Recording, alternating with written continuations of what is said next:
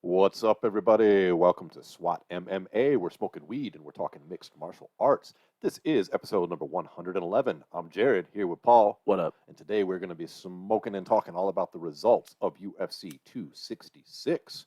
We're going to talk about the fact we have a new heavyweight champion in boxing. We're going to have some news outside the cage featuring Jon Jones, Alijamain Sterlings news, and more. But first, before we dive into all that, you know what to do. Grab your weed, fire it up, and let's get into the weed of the week. Smoke weed every day.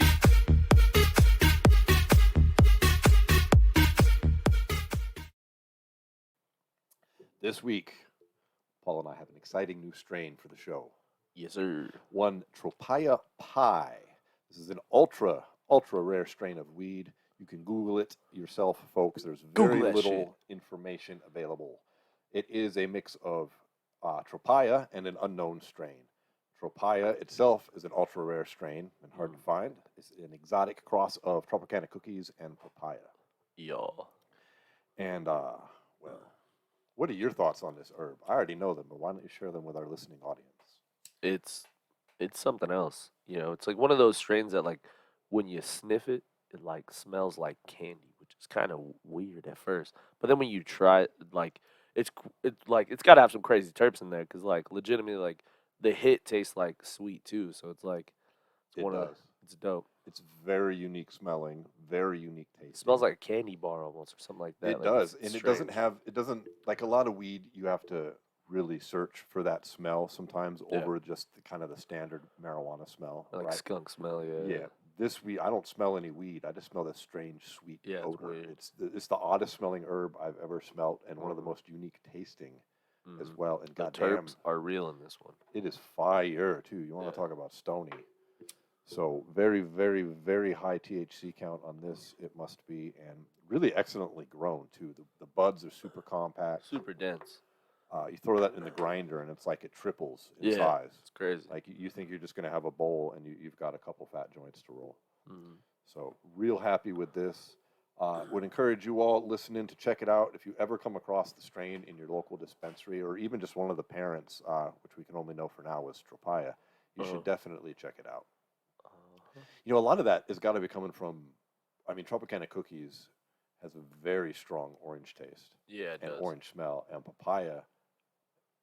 Those two together with whatever, I mean, it could be cherry pie, or it could have nothing to do with the word pie. You know. Yeah, what I mean? yeah. But whatever it is, this It's definitely the most unique smelling and tasting herb. Yeah, the probably terps ever are had. real. Yeah, for real. There's lots of herb that has that orangey flavor, but this is kind of undescribable. Yeah, it's really So real different. let's continue smoking that, and let's fire up this joint right here, because you know what it's time for, sir? It's time for The weekly wrap-up. Dude, this week we're going to be wrapping up the events of UFC 266, which was a much anticipated event. Yeah, and it didn't let down, I don't think, at all. No, top to bottom, that was a pretty exciting card. Yeah, the prelims were like better than like the last 4 fight nights. So let's just be honest. Any of those preliminary fights stand out for you? I mean, I think How about Jalen Turner? Jalen Turner was ridiculous, yeah. Mm-hmm. And then also, like, I think Hooker really put on a real solid performance as well. Dan Hooker put on a great performance against Mini Gastelum. Yeah, Narsat Hardcore. I don't know how His to name's say a it. mouthful to say. Yeah, so Mini Gas. That's what everyone calls him, so. And it's no disrespect. No, it's not at all. He looks just like Kelvin Gastelum, only much smaller. Yeah. But a lot of, the focus on this card was centered around the top 3 fights. Obviously, we had 3 5-round fights at the top of this card with the 2 championship bouts with Volkanovski versus Ortega for the the featherweight title. Valentina Shevchenko versus Lauren Murphy for her flyweight title.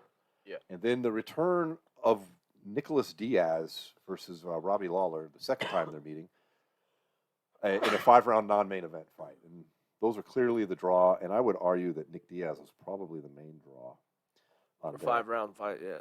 So before we get into that, is there anything else on the prelims you want to talk about, or you want to dive right into? I do want to give a little shout out to Rob as well. He fucked freaking goddamn Marlon Moraes up, man. What a comeback. That was a bantamweight bout, which you saw Marlon come out strong. Yeah. I mean, he had him on his heels. He was close to getting a finish himself. I thought it was imminent. Yeah. And then Rob somehow survives the round. Yeah. And then just gets the TKO in the second, beat the ever-living crap. Just beat the shit out of him. Just took him down and beat his head in. Like, that was crazy. God, this weed tastes good. It was very similar. It was like very similar to the fight he had with Cejudo, where it like seemed like the whole first round it was like, holy shit, Moraes looks great, but then like the fatigue kicked in so quick for him as soon as he tried to finish him. You know, this is starting to become a pattern in his fights. Where does he have conditioning issues? I don't know if it's a conditioning issue or it's like a mental thing. You know, I mean, you look at him, you wouldn't think he looks to be in tremendous physical shape, but he does got a lot of weight.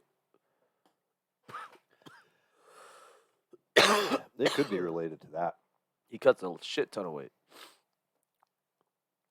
Man, I'm gonna criticize your skills here. This is very loose, sir. What do you mean loose? We're like burning through it in like 3 seconds, and it's because it's a smaller one. You're a hater. My co-host had a hard time stuffing a cone. Everybody. Oh wow. It's a sad day. Haters be motivators, land. you know. I almost feel like I shouldn't tell people that they're gonna question our credentials with the cannabis. No, I'm just kidding. I'm just kidding. Dude, I think he does have a conditioning issue. Ashton on the table talking about credit. Ashton on your side, not my side. Yeah, no, I do think I don't know if it's a conditioning issue because like he seems to still be there, like physically. He just like it seems like his will gets broken when people take him down. It's definitely turning into a pattern that he needs to address here. Yeah. You know, I'm reminded a little bit of Cody Garbrandt. It's not the same thing, but it seems like both of them, for different reasons, tend to just go all out at certain points of the fight and then never be able to recover from it. Yeah. Garbrandt, it was when he got pissed off, and then it would lead to him KO'd. And Moraes just seems to come out that way. Like he lands one big shot and he just tries to finish it real quick. But then he can't do it. He can't finish and then it. he's got nothing. And he's got nothing after that. Yeah, it's a troubling pattern for a very talented fighter. But if he's not careful, he could. This is a Shark Tank of a division. He could be out of this thing if he's not careful. Because what's that? 3 in a row he's lost? 2 in a row? 2 or 3? Yeah, it's troubling in the Shark Tank of the bantamweight division, isn't the UFC? Yeah. Because he has a lot of talent still, and he's not too old, I don't think. But hey, hell of a win for Rob though. Like freaking, just the next step up the ladder in that division. He was ranked I think 10th or something like that going into this. So we could see maybe a top 5 opponent in his next fight. Who knows what happens, you know? One of the fights that stood out to me for a sad reason was seeing Roxanne Modafferi lose again. Oh, yeah, Talia Santos, correct? Yeah, I mean, she was facing just a tremendous athlete. And Yeah. Modafferi's... Well, we've talked about this in the past. It's just like that's kind of where she tends to run into the wall. Is like she's not technically like any less sound than any person coming up or in that division. I feel like the physicality aspect and like the speed is where she tends to like, you know, you have to work with what the drop off comes at. Roxanne Modafferi is so tough and so determined and so good at martial arts that she's excelling all the way up into the UFC at the highest levels in a sport where and I mean no disrespect by this at all, she's not what I would really call a natural athlete of any kind. I mean, look at the differences between her and her opponent. Yeah. And it's just this last fight. Like, if you saw her opponent in the street, you like let's just say wearing, you know, like a halter top and some sort, you'd be like, damn, there's an athlete right there. Clearly, this woman's a physical athlete. Yeah. If you saw Roxanne Modafferi, you just think another person just walked by you. And no disrespect here. She's managed to excel despite. Well, no, it's almost like more naturally athletic person. Yeah, it's almost more of a compliment to her because Absolutely. she's so. And honestly, in this fight, it wasn't even that she was like getting destroyed. She was just a step behind. Yeah. Right. Yeah. And I mean, to her credit too, she was still in it most of the fight. It was just more like we said. She's the kind of guy. It's her 49th professional fight, if you count the Ultimate Fighter bouts on the show, which you should. Those were professional fights with consequences, whether or not they want to sanction them for various reasons. She was on the the Ultimate TV Fighter show. twice too, wasn't she? I do believe so. All the years she toiled away in Japan, like one of the only female fighters in the world. She's got an 18-year career. And I would like to see the UFC. I don't know how much longer she's going to keep fighting. She's just turned 39, I believe, 38. It was her birthday just a couple of days before UFC 266 as well. Uh-huh. And if she's not going to be around a whole lot longer, I would like to see the UFC just quit keeping her in the kind of the gatekeeper status to the top 5. And why don't we give her a couple wins on the way out, if that's what it's going to be? I mean, it's just my opinion. As a fan and a supporter, that's here's what I the would thing, like though. to see. Here's the problem: is you do that, and she blows those people out of the water, Which and she then tends to do. she does. But then, when you give her some of these prospects, she tends to beat them sometimes too. She fucking beat Macy Barber. She fucking, everyone said KGB Macy Lee. Barber. Yeah, No. she's beaten like a lot of up and coming fighters as well. So it's like, I don't know. I don't necessarily know. All I know is, I mean, she still has a chance, like, to still move up the ladder, in my opinion. I know this fight, like, she lost, but like, if she's still taking this serious, and I feel like she still evolves every time she fights. So Yeah, that's another don't know. amazing credit to her as a fighter. Even after 18 years in the game, she's still improving and learning technique. Like, since she went, she came here to Vegas and Yeah. And works at a syndicate with John Wood. yeah, And I mean, they've had a lot of fights together now. She's shown incredible improvement in her striking because she's always been a jiu-jitsu expert. And you're right, she is good enough where she could continue to improve and do something in the division. And I'm not trying to say write her off or anything. I'm just questioning at this age and 49 fights, you just naturally wonder how much longer someone's going to keep competing. yeah. But much respect to Roxanne Modafferi. Congratulations on so many fights and a happy birthday. That was it, I think, for the undercard. Yeah. Which there were several other interesting fights on, but there's so much to talk about with the top 3 fights. Yeah, the top 3 fights were interesting. Let's talk about what, to me, as a fan of the Diaz brothers, is the elephant in the room, which would be the Diaz fight. For those of you listening that might not have heard, it was a rematch, 17 years in the making. Nick was out 6 years. We haven't seen him since Anderson Silva, which was a bizarre fight in and of itself. And the decision is ultimately a 3rd round TKO is what goes on the books. Yeah. But, dude, I hate to say this. I love the Diaz brothers. I've been a fan as long as I've been watching MMA. Mm-hmm. And I never thought I would see the day where Nick Diaz quit in an MMA fight. Because that's basically what happened. And I don't understand it. I mean, you're going to do what you're going to do. He's a grown man. It's so against the character of the Diaz brothers over the years. I just never thought I'd live to see a Diaz brother, like, stop and quit in the middle of a fight, which is basically what he did. I mean, a lot of the writing seems to imply that it was a TKO, which it sort of was. Sort of was. Here's the thing is, like, there's kind of like 2 camps of thought here. He did get hit with a big shot. I've seen him get up from like bigger shots than that, obviously. But there was like some people were saying he was buckled his knee or something. I've heard this too. Well, for those listening that might not quite understand what we're talking about, what happens is there's an exchange in the 3rd round where Robbie lands a couple big ones. He lands a shot that sends Nick down to his knee, and then he lands another shot on his jaw on his knee, and Nick falls back onto his back, but not from the shot necessarily, because Diaz does this several times in the fights. He goes onto his back, he puts his guard up, and he motions for Robbie to come down on the mat, just like we've seen him do in many a fight. I mean, he was doing it to an extreme in his last fight against Anderson Silva. Yeah. He was literally just lying down and giving the wave, and that's what he did. He gives the wave for Robbie to come down. Robbie approaches him like he's going to do it, and then changes his mind and backs off, wanting Nick to stand back up, which is a smart decision, okay? Yeah. And then the referee comes over and tells Nick to stand up, and then Nick doesn't get up, and the referee tells him to stand up again, and Nick says no, and then he waves the fight off. Yeah. And then I think out of respect for Nick Diaz, most of the writing and the coverage on this has just been like Diaz was succumbed rocked. to punches in the Yeah. third round. But dude, he did what he did. That's quit. He quit. He wasn't knocked out. He was waving for Robbie to engage, and then he refused to stand up.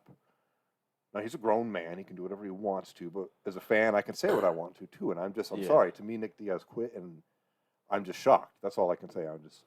That's so anti Diaz brothers mythology that I don't know what to say about that.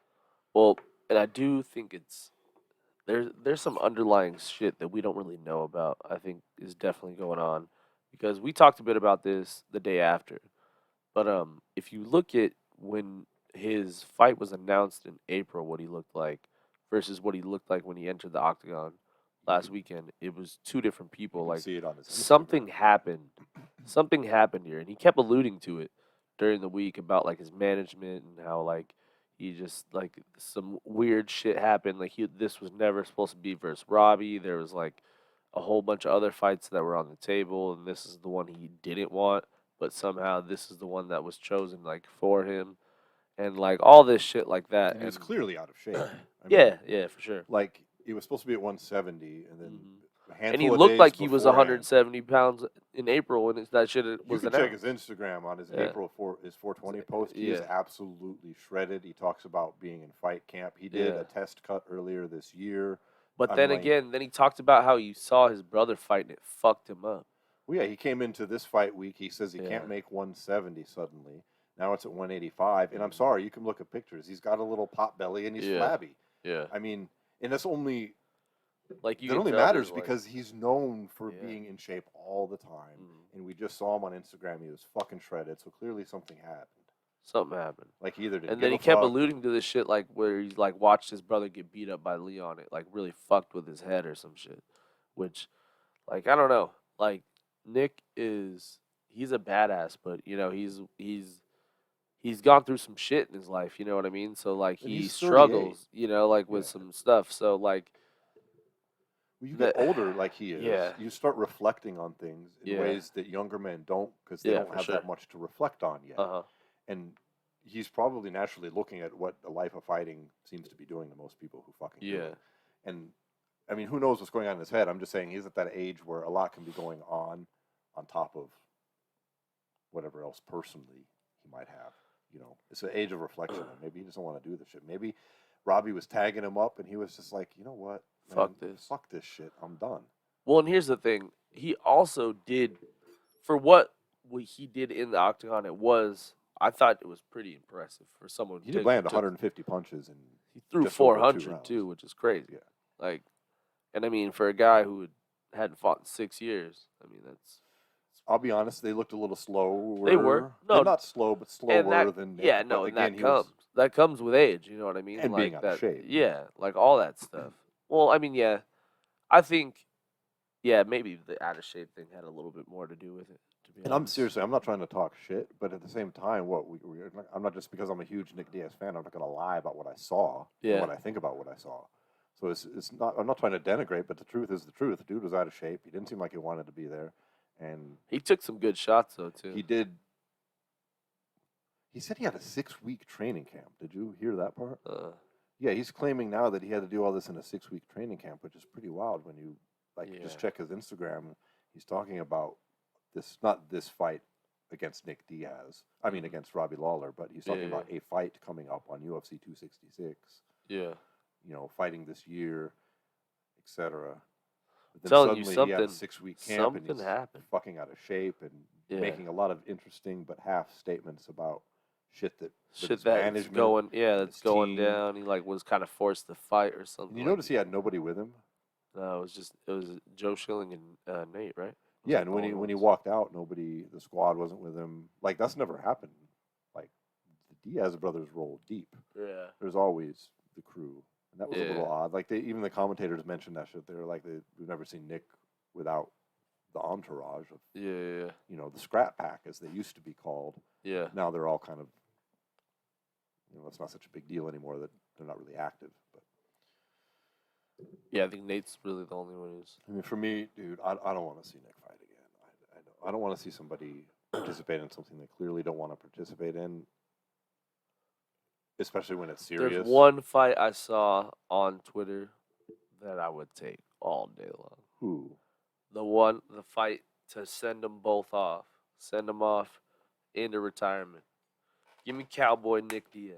Oh, To send it I off. saw that. I'll take that at 170. No, I mean, on the surface, I like the sound of that, but I just, You don't want to see either of them fight again, huh? I don't have that big of a problem with Cowboy fighting because Cowboy seems to at least I'm enjoy what motivated he's Nick doing. at least, though. Nick, I'm Nick did not motivated seem- Nick. I mean, it's fighting, dude. If you don't want to do it, what are you fucking doing? It's not like you're playing basketball and you're just not into it anymore. Like you're fighting another human being in a fucking cage. Yeah, You need to be on point to the best of your ability. I agree. It's not like you're fucking missing shots or dropping balls in the fucking game. I mean, just fucking come on. I don't want to see it personally, but that's just me. I don't think Nick's gonna do it either. We've seen him twice in fucking since what? Shit. And at this point, he hasn't had a win again. I'm sorry, but since 2011 against BJ Penn, He fucked BJ up though, dog. That was a sick ass that performance. was a savage BJ back then too. That wasn't BJ of today. Yeah, So, it just hurt me to see him like lose like that. I was dude, like, that "God fight left damn me it." shook all night. Like seriously, I Like, love those fuck, dudes. man. I was like, Like you can always count on them to bring it. yeah, and he did for what he was working with, like for being out of shape and everything. He brought it back at Robbie, but you could tell that there was a different Nick because he wasn't himself in there. Like honestly, like he wasn't pushing forward. He wasn't like there was just no. It was like he was going through kind of like we talked about When was the before, last time kind you of saw- going through the motions. Like it wasn't like I've never really seen Nick go on his back foot and like throw off some defensive shit. He's usually the one pushing the pace, jabbing the shit out of people, hitting them with all like. I don't think he moved forward more than 30 seconds in that fight. He was it was constantly strange. moving, and at some points, literally running from Robbie. It was I don't know. It was crazy. It was strange. When O'Connor's out there talking about how great it was, Well, it was cool to see like two OGs of the game like get in there, like without a doubt. That's one thing I'll take from it, but yeah. it wasn't like knock your socks off kind of fight. Like I watched it like 3 times now just to like kind of kind of like I just feel like it like we were saying before, it just looked like Nick was just going through through the motions like he had to be there, like it was something he was mandatory that he had to be at, and he didn't want to be there. And but he sure shit wasn't going to. He didn't want to let people down at the same time, type deal. Like I don't know what was going through his head, but at the same time, he landed some pretty nice shots on Robbie. I mean, I just don't know if his punches have that same pop they necessarily had before, and Nick's always been the kind of guy to drag you to the deep water and drown you with just flurries. And that's what I expected.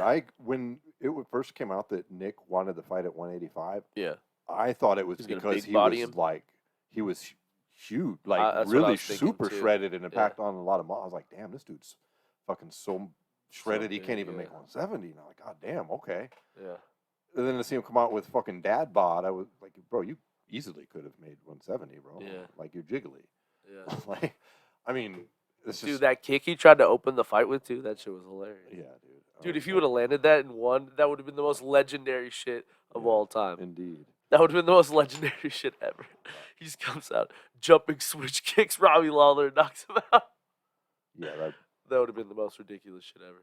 That kind of reminded me of who was it? Travis Brown when he got just fucking kicked by Fabrizio Werdum. That shit was fun. Oh my god, Karate Kid style, dude.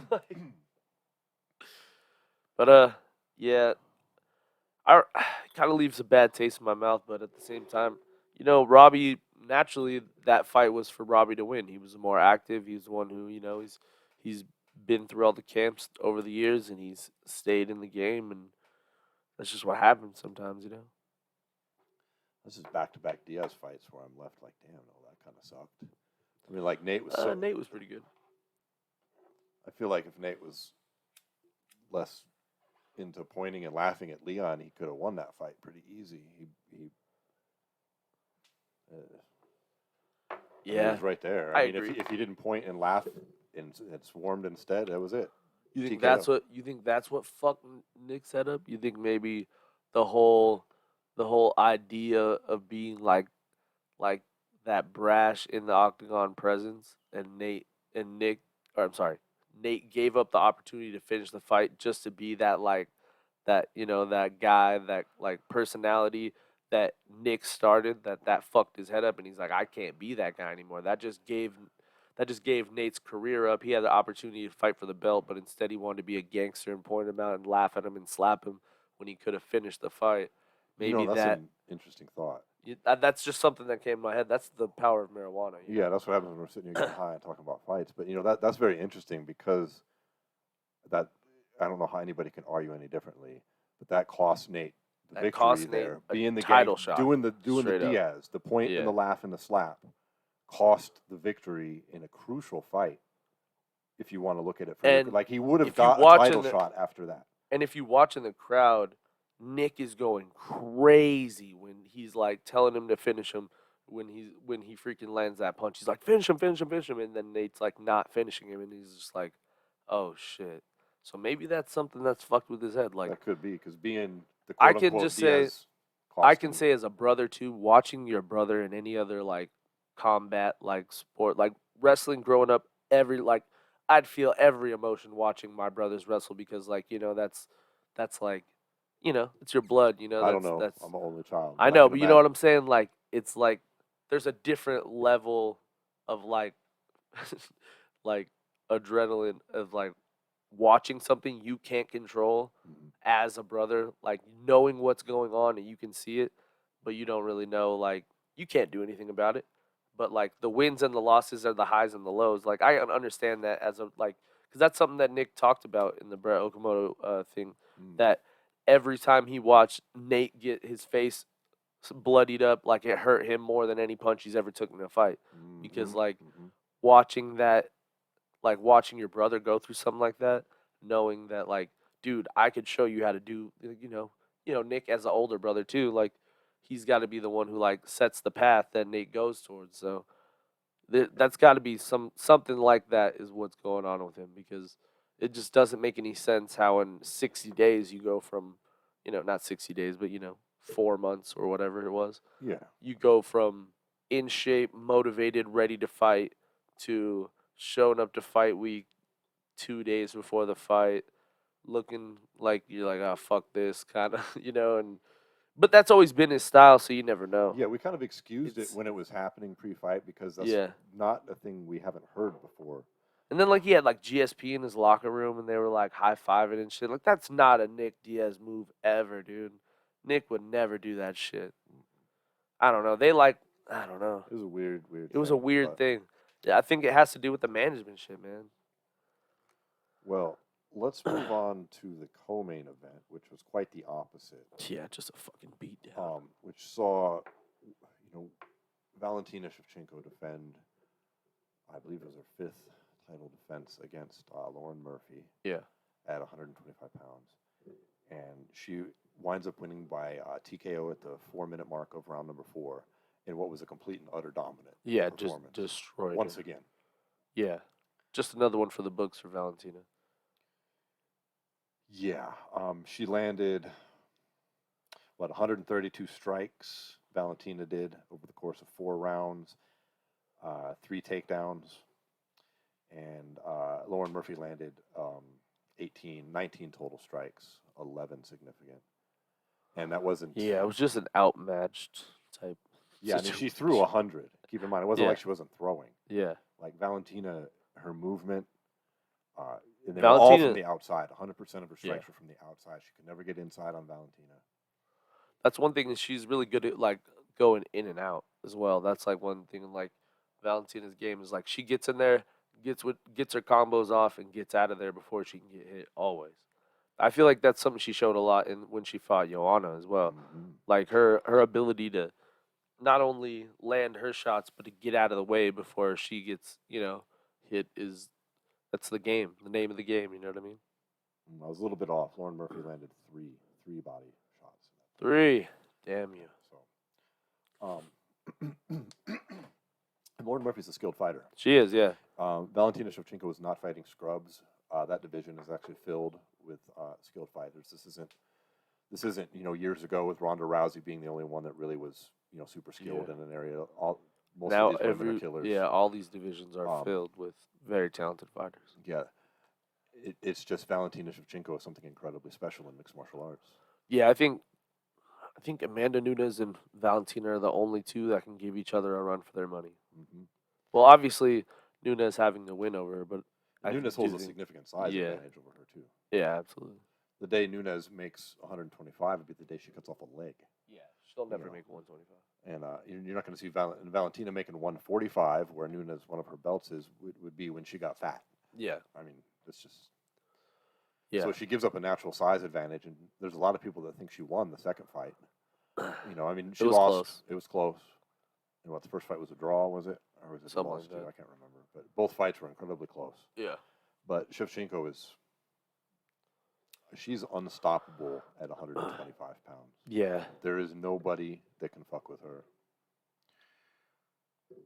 There's nothing she can't do. She's a Terminator, dude. She made a point in the Jessica Andrade battle to showcase her wrestling, because in the fight before that, she lost her first round. Yeah, she loses her first round, and some of it was due to the wrestling of Jennifer Maia.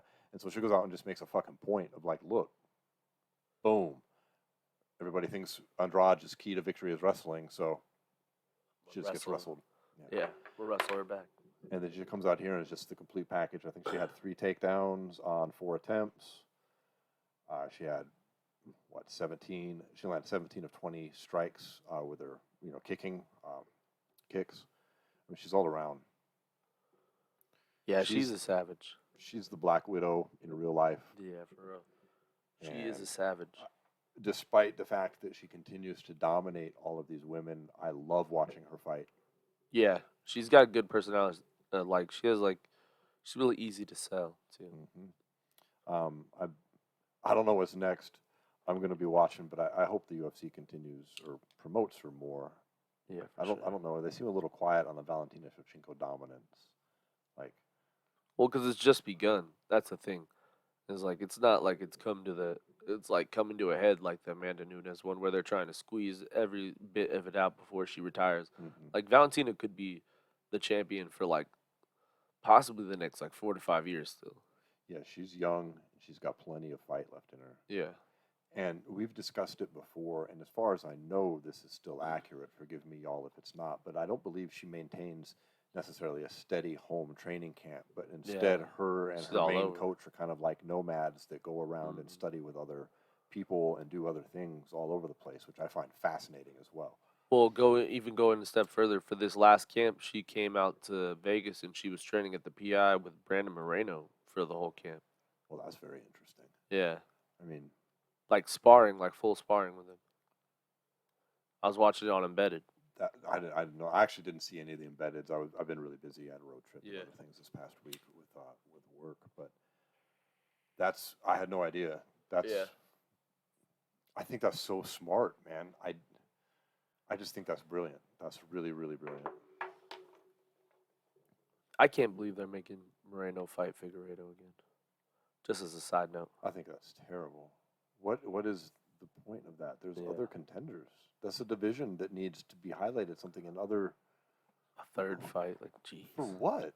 He tooled him in the second fight. Yeah, he beat him down. In the first fight, I thought he won too.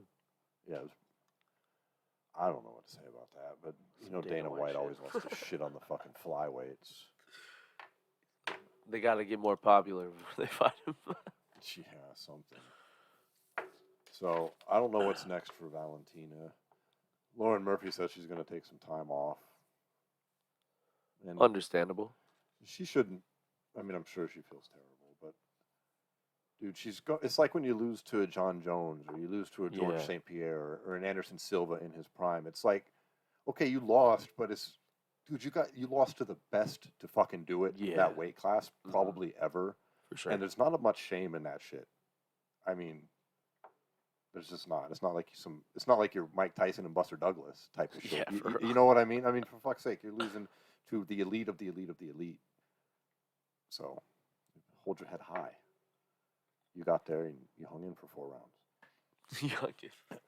Seriously. Yeah, for real, true. I mean, damn. It's true though. You know. Her dominance is something else. Like, Yeah. To be able to go in there and hang with a fighter like Valentina Shevchenko through 3 rounds is that's hard in and of itself. And I'm not trying to be fucking condescending. I'm serious. Yeah, I feel it. Yeah. So, that leaves the title fight main event, which saw the men's 145-pound featherweight Oleksandr Volkanovski as a champ against Brian Ortega, coming off the Ultimate Fighter season. Yep.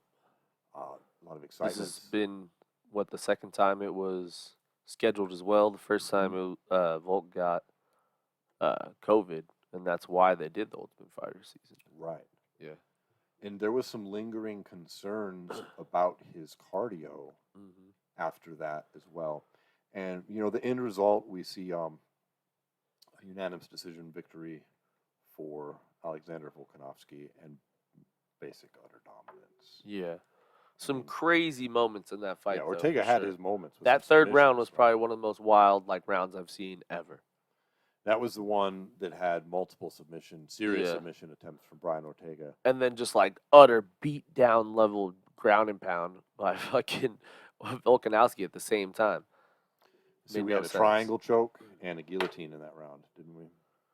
Well, and also the thing is, the way the guillotine happened was Ortega rocked him with a left, and he fucking kind of stumbled, and he just grabbed him right away and locked it up. I don't know how. Yep, and spun him around. Yeah, and just locked it up. Got him down, had him from behind on his back, and in some crazy a mounted guillotine. In some crazy strength that Volkanovski possesses, he muscles out of it somehow, reverses it, and winds up pounding on his fucking head. Yeah, it just starts fucking laying. And the same thing with the triangle later. It looks like it's over. It looks like it's over.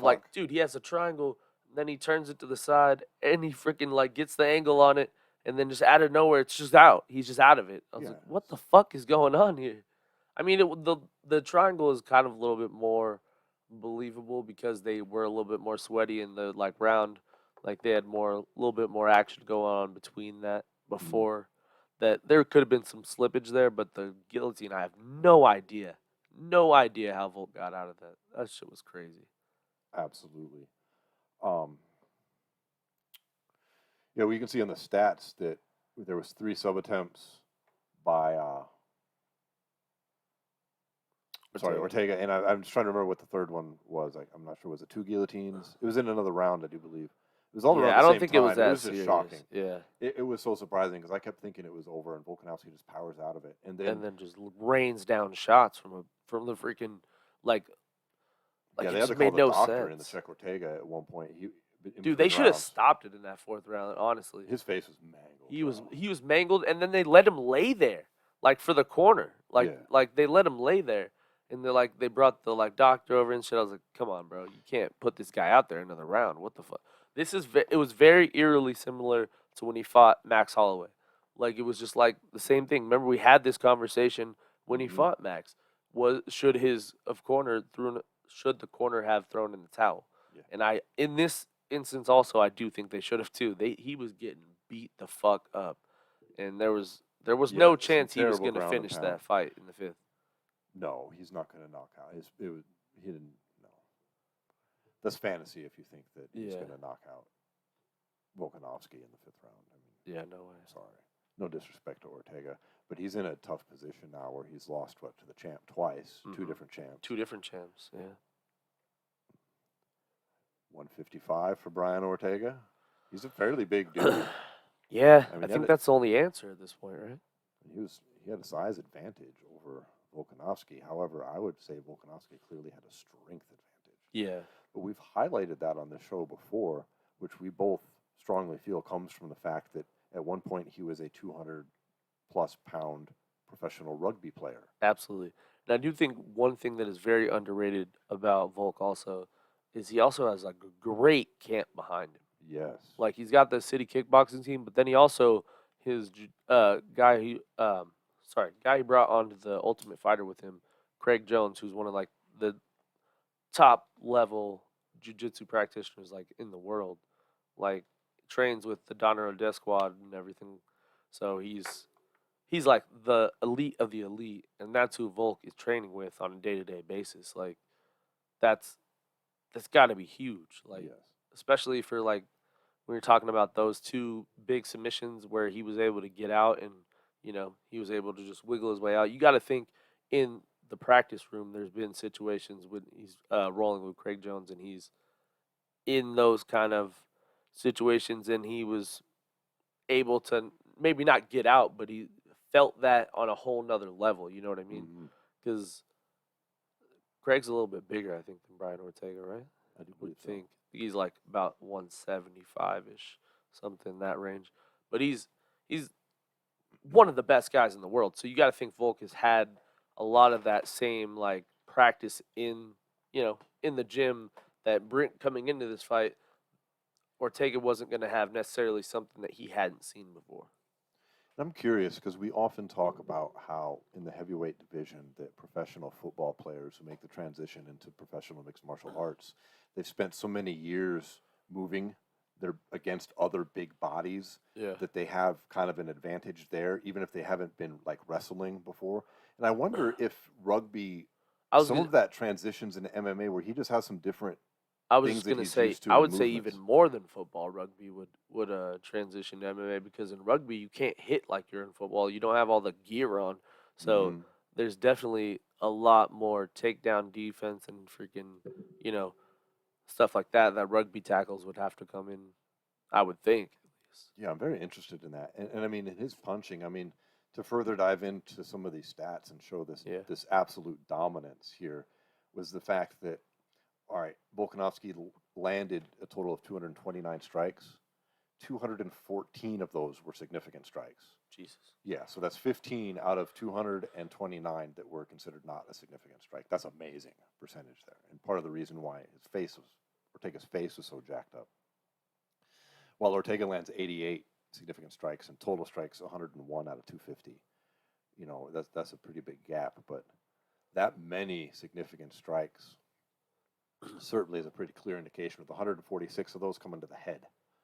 Yeah, and one thing I Yeah. do want to bring up as well is it was Ortega who was initiating the grappling, and then it was more Volkanovski who was reversing and controlling the grappling of the fight. You know what I mean? Like, kind of a weird status. He didn't have any takedowns, but he did have 3 minutes and 51 seconds of control on top. Right. Where So- Ortega, who you think would be at an advantage there, has less than a minute of control Less than a time, minute, right? and he had two Yeah. takedowns.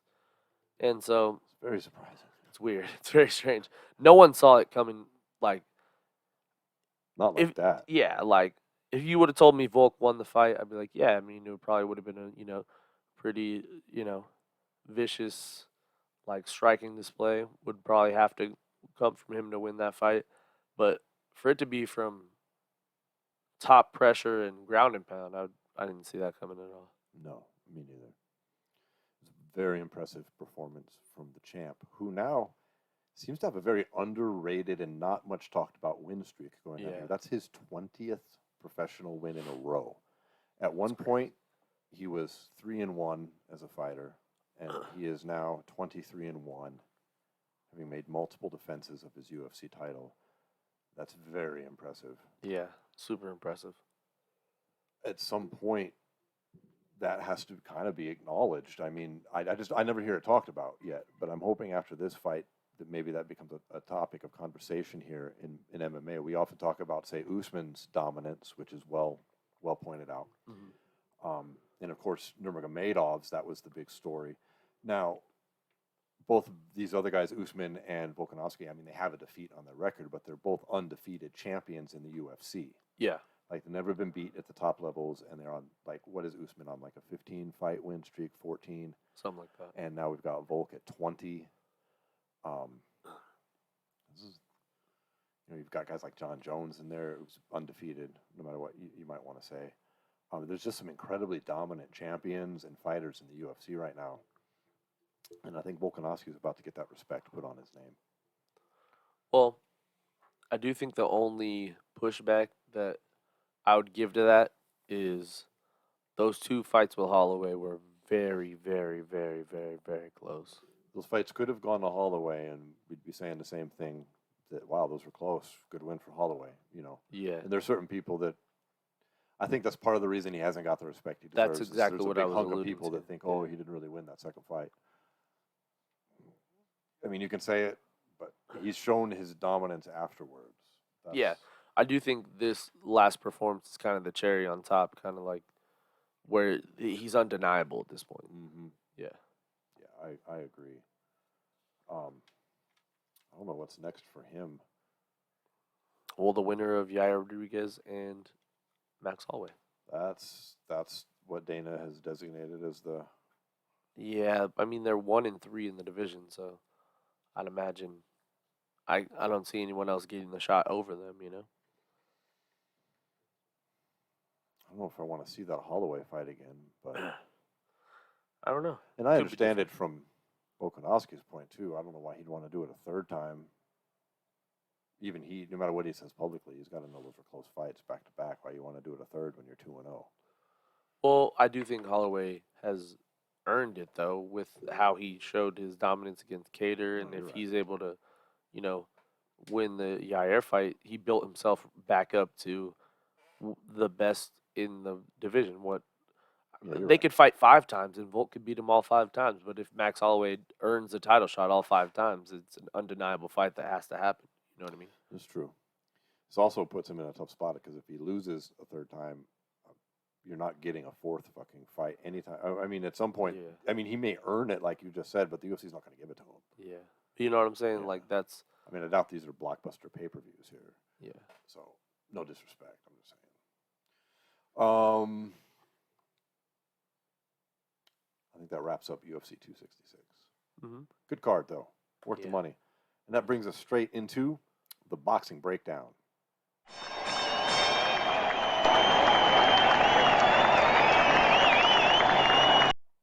We had big action in boxing this weekend, Paul. Yep. I mean, Shifting of the guard. yeah, Oleksandr Joshua. Oleksandr Usyk beats Anthony Joshua to win the WBA, IBF, and WBO heavyweight titles. Nobody really expected that one either, except did. me and you. Yeah. I And mean, the general populace. everyone else who actually watches boxing saw this coming. Yeah, but the general populace was like, I don't even think this fight really made that much pay-per-view sales outside of hardcore boxing fans. Mm-hmm. And now people see why Usyk was the unified 4-belt holding cruiserweight champion, and now has definitely set himself into the Boxing Hall of Fame. I mean, he now owns 7 titles across 2 weight divisions, or owned, Yeah. Um, Isn't he still undefeated? mhm. Yeah. So. Yeah. I don't know if he can beat Fury though. Well, that's the problem. There's probably a rematch clause for Joshua, but so? I mean, he's also lost all of his titles twice in his last 4 fights. I mean, Yeah, I think 4. Twice in the past 2 years. Yeah. So Anthony Joshua was definitely at a crossroads in his career after losing this fight, for sure. I mean, we saw Usyk just come out. I mean, Joshua was the bigger man here.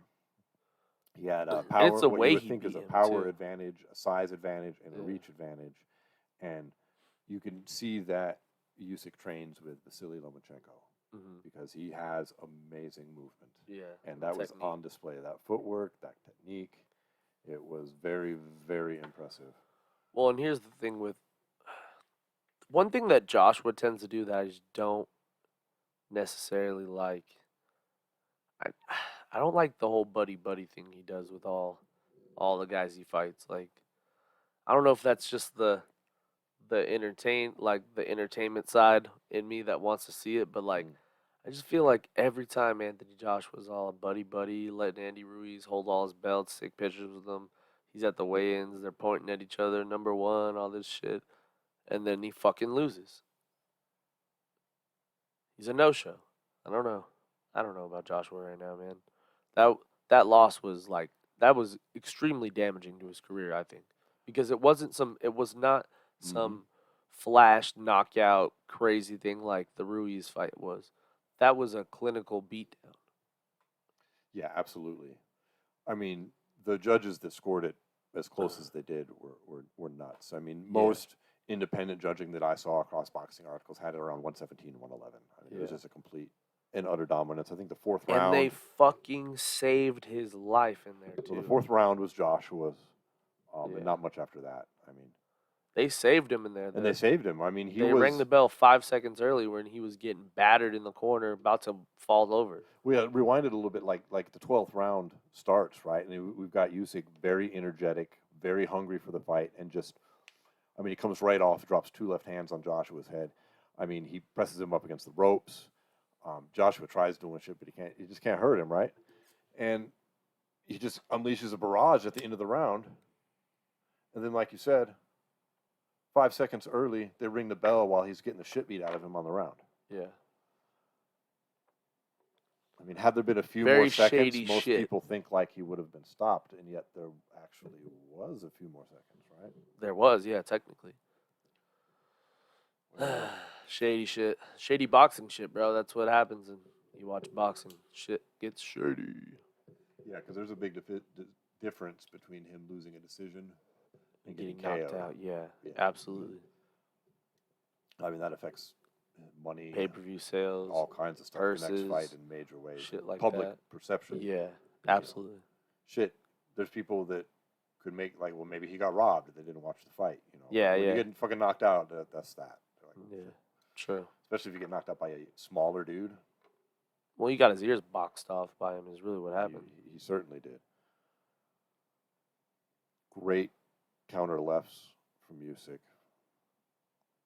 Just great everything. It was very impressive. But as you alluded to earlier, let's just put the pin in the possibility of a rematch here.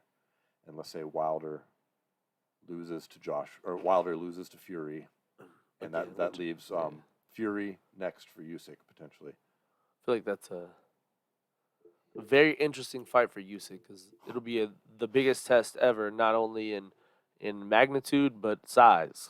You know what I mean? Like, I think Usyk's like 6 foot and Yeah, I believe he's 6'1". yeah, and then He's very small for a heavyweight. 6'9" is what your boy Tyson Fury is walking around at. Yeah, So 6'9" and he's not like he's skinny and frail. No. He's a very large man. And Yeah. at some point, size matters. As some like to say. For all of those that may have size issues. And Fury he's too big, I'm sorry. Yeah, I don't think it'll be a hell of a fight though, I think. He's too big, and he's also a better boxer. Usyk is a tremendous technical boxer, as we've clearly seen. I mean, you and I have been high on this guy for fucking years. I've been high all the time. We were fucking when we were writing about him and picking his fights back before he won the titles at cruiserweight for Slugfest magazine. I mean, we've covered and talked about him a lot on various mediums. And so, like we said earlier, it was no surprise to us that he came out and he did this again. However, I don't think he has anything to give Tyson Fury. Tyson can outbox him, and he's definitely more powerful. Yeah. Probably put him to sleep, I would imagine. Because the power behind, a 280-pound I've just never man, seen it versus Usyk, though. That's the thing. I've never seen It's him be in that, intriguing. but yeah, like, it's very intriguing. It's intriguing, but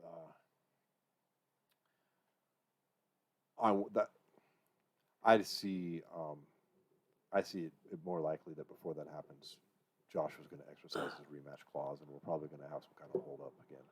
I see a lot of dollars being left on the fucking ground level by Joshua and his team, and Wilder and his team, and Fury and his team. Like, I just see money being left all over the ground everywhere on all what could have been. You know what I mean? That's a huge fight that this is not going to happen at all anymore, probably. Like, I don't see any way Joshua gets enough credibility to get back to a freaking Fury fight when Fury's probably not going to be around for much longer. He's fighting maybe 2-3 more years. Mm-hmm. You know, I was a little off on Usyk's height. He is 6'3". 6'3". Oh, He he's comes in at 6'3", 220. 6'9". He comes in at 220. Yeah. And Tyson Fury is not only tall but large. I mean, he's 280. Big And ass motherfucker. he's not fat anymore. No. You know, he's not like a bodybuilder type like Anthony Joshua looked like, but he's a very large and powerful man. He's a grizzly bear. I mean, while he may not be known for his knockouts, I mean, there's only like 9 fights he's been in where he hasn't knocked the guy out. So, Yeah. I mean, it's intriguing. I hope that that's the fight that gets made. I want to see Fury beat Wilder. I would like to see him now fight Usyk. I don't want to see Joshua get another rematch. How about you? I feel the same way. But I do feel that a lot of money has been left behind by all parties involved. What do you think they should do? Like to fix that? There's no fixing Like it. if you could wave a wand and make that. There's no situation fixing it. fixed. You'd have to go back in time to fix that. But Wilder has to take the step aside money so Joshua Even fights before that, Fury. Joshua should have fought Wilder like 4 years ago. Like, So there's I think so it was much. the end of 2020 that killed off. Like basically, Fury was like, "I'm not going to keep waiting for Wilder," and then scheduled a fight. Yeah. And then they stopped that fight, and then Mhm. he wins in arbitration, and then they schedule the Joshua fight. But then suddenly he doesn't win in arbitration, Mhm. and the arbitrator Overturns Wilder. it. Yeah. and it's done. I think that's how it went down. It was all slightly confusing. And then it was supposed to happen, what was it, August 21st or something like that. And then Fury gets COVID, and we're here. Well, Oh, wait, no, he didn't get COVID. I think someone in Wilder's camp got COVID or some shit like that. But it, like, fucked the whole thing up. Or Fury's camp, some other, who knows. Someone got COVID, and that's why we're here. Well, wrapping the Joshua Usyk fight, I mean, even in the stats backed up his movement. He was outpunched. He outlanded him 148 to 123 Usyk. The jabs were interestingly exactly the same at 52 apiece. But even on the power shots, Usyk landed 96 to Joshua 71. In every way possible, he outclassed him and basically was on the verge of knocking him out until, like you said, a little bit of questionable cheating at the end somehow, some way. Yeah. I think that wraps the boxing breakdown this week. We do have next week, of course, we'll be talking about the aforementioned Wilder-Fury fight, which is coming up on October 9th. Yep. Right here from Las Vegas. So I'm looking forward to that. But now it is time for news outside of the cage.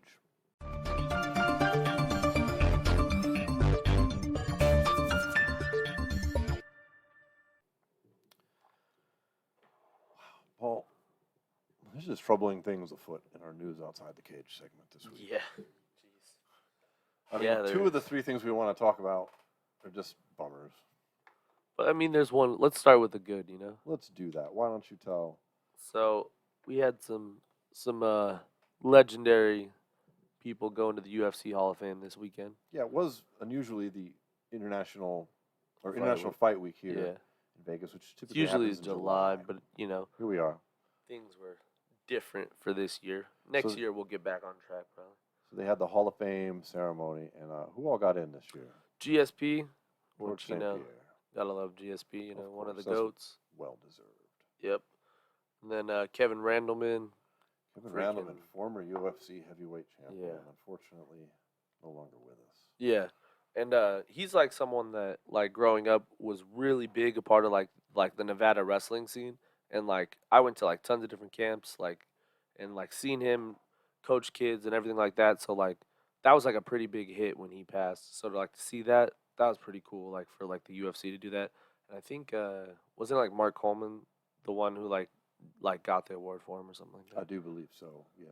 But yeah, that's you've interacted with him quite a bit at the wrestling camps over the years. Didn't you? yeah. Well, and that's the thing is like when people like it's always weird when people say this kind of stuff like when people are like past, but they're like he was like someone who's like super like high energy, like you know he's just like he was in the octagon and everything like that. It's He was cliched, but yeah, you're saying like he basically lit up Like, the room lit up the room, when you yeah, came in, type of yeah. thing.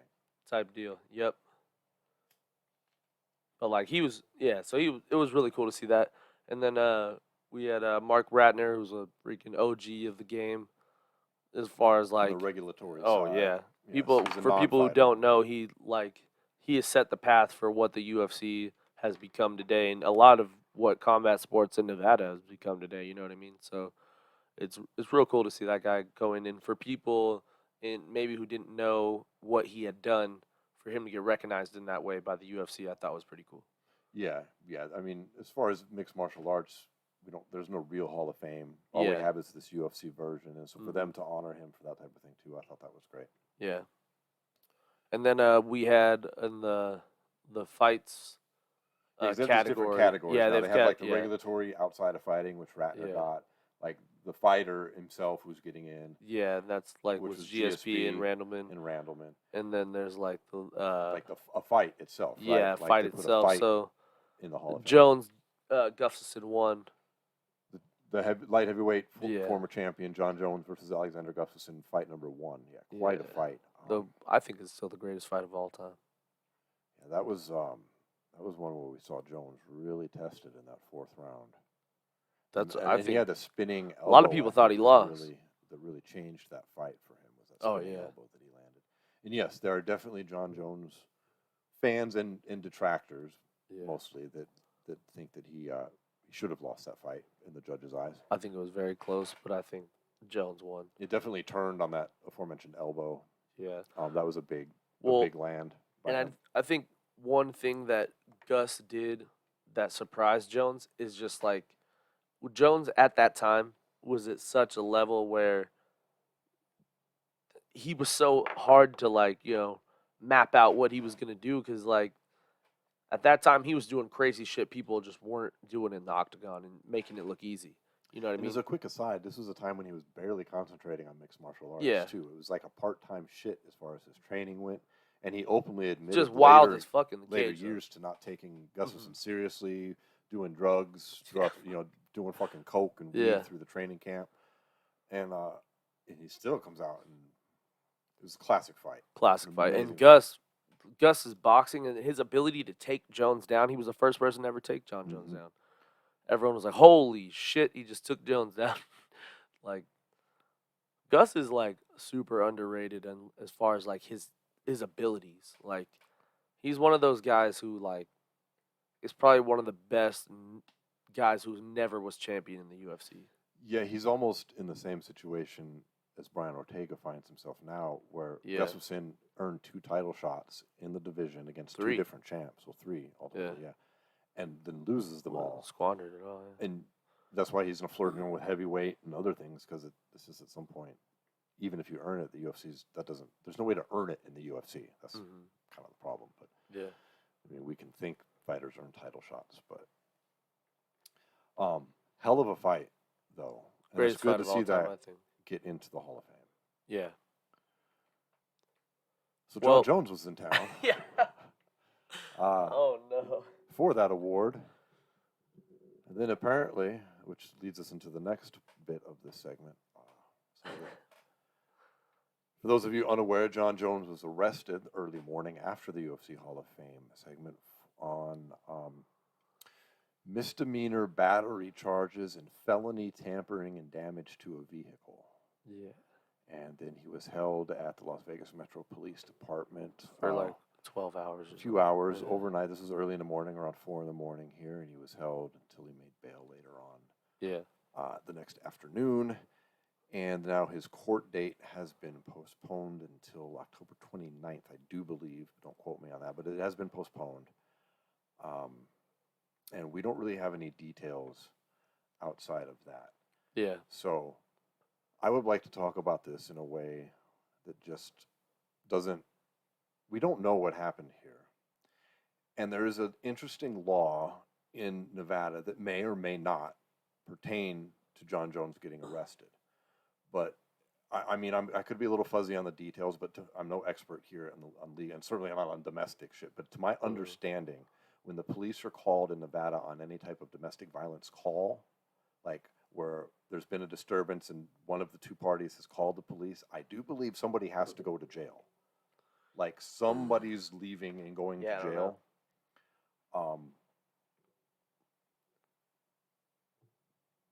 And to be frank, without knowing what happened, a misdemeanor battery charge is a very minor sounding thing. Now, I'm not condoning any type of thing if it was done to it. You shouldn't. But be the other hitting half anybody. of it, the damage of a vehicle. But like, if I slightly smack your arm, that's a battery charge.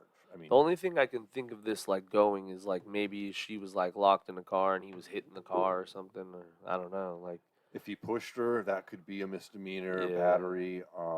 If he pushed her and she It's a ran terrible away to the situation, car and though. he smacked the car on her Yeah. leaving, that could be that. Believe me, I'm not condoning any of this, yeah, but there's no way that I can see that he actually beat his fiance and got a I would hope misdemeanor battery charge. oh yeah. I don't think that Yeah. that's a possible thing. So I know that there's a lot of Jon Jones haters who immediately online want to be like, you fucking woman beater. And maybe he is, maybe he isn't. But a misdemeanor battery charge, that does not necessarily make. And perhaps we should wait till more details come out to label somebody something so aggressive as a woman beater. That's Yeah. all my stance is. I'm not condoning anybody's shit. I'm just saying it seems to be a lot in life here in the social media age. People hear fucking news and they blow it up, and then the truth comes out, and it's not really what everybody fucking thought. But everyone just pretends like it never came out. But what is undeniable though is Jon Jones got arrested and is now facing a misdemeanor and a felony. Yeah. How do you feel about how Dana responded to that? I think Dana's a dick who doesn't like Jon Jones. like he's like, that's why we got to keep him out of Vegas. It's like this happens every time he comes to Vegas, which is a It's false like, fuck. statement. That's not true. He's never been Yeah. arrested here before, has he? I don't know. I don't know. I mean, he's been arrested in Albuquerque. That's where he Yeah, doesn't true. hang out in fucking Vegas. Everything I've known that's ever happened to him has happened in Albuquerque. Mm-hmm. Because, like, Jon Jones is a huge figure in a small town.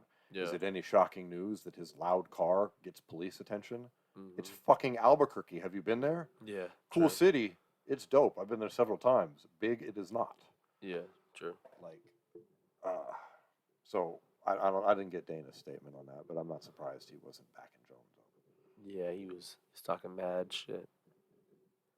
Matter of fact, I think he took a chance to like double down because of the whole negotiation thing. Definitely, because there's behind the scenes fight negotiations going on right now, and there was probably some this weekend because that Richard Schaefer dude is in town with Jones. I mean, he's the one that made a statement afterwards about it, so he's Yeah. clearly here. It is disappointing. But I we'll mean, see what happens. Like that's just really what it comes down to. Like there's really no judgment that can really be made until all the facts come out. I know. I'm just not one. I don't expect fucking this pristine behavior from fighters. I just don't. I mean, I'm Yeah. not saying I'm glad that he's facing these charges. It's definitely disappointing.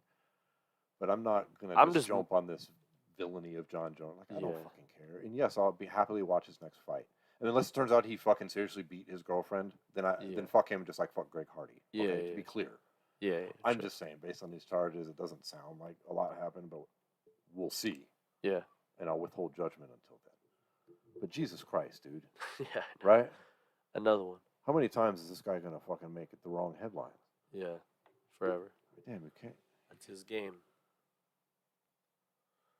I'm just kidding. I don't want to. I hate this. I hate it because I love Jon Jones, dude. It makes me I'm so a mad. fan, too. It But makes me so mad. I don't know, dude. It's just, what a terrible thing to get arrested for, even as a Oh, yeah. misdemeanor. I mean, do we know that it's against his girlfriend? Is that a proven thing? Or is it just don't know. a charge of I don't- misdemeanor battery and people are yeah. assuming? Oh, it's a domestic violence, so misdemeanor. I don't know. So who knows? We'll see. What a disappointment, though. So more disappointing news as well. Alijamain Sterling is now out of his fight against Peter Yan at the end of the year. It was an important fight for the bantamweight Yeah. division. I mean, to So many refresh good everybody's guys, mind, Sterling won that title on a disqualification in the first fight against Peter Yan. When Yan throws this massive illegal knee, Sterling can't continue, which we've already discussed was Yeah. legit. This fight was needed. Sterling had neck surgery, a pretty big one, which kept him Yeah. out since then.